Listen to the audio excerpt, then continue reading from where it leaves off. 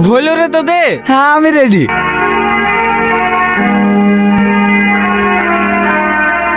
আপনি এখানে?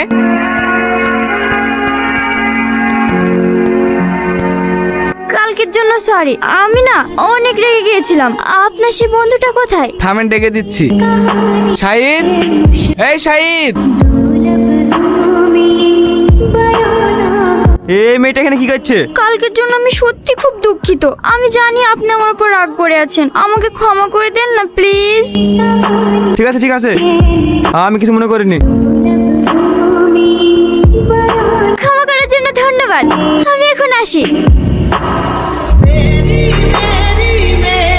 তুই যে কাল আমাদেরকে গরম দেখালি আর আজকে ওর একটা কথাতেই গলি গেলি। আমি অত সহজে ছেড়ে দিয়ে আসছি না, আসল খেলা দেখাবো তো আজকে রাতে।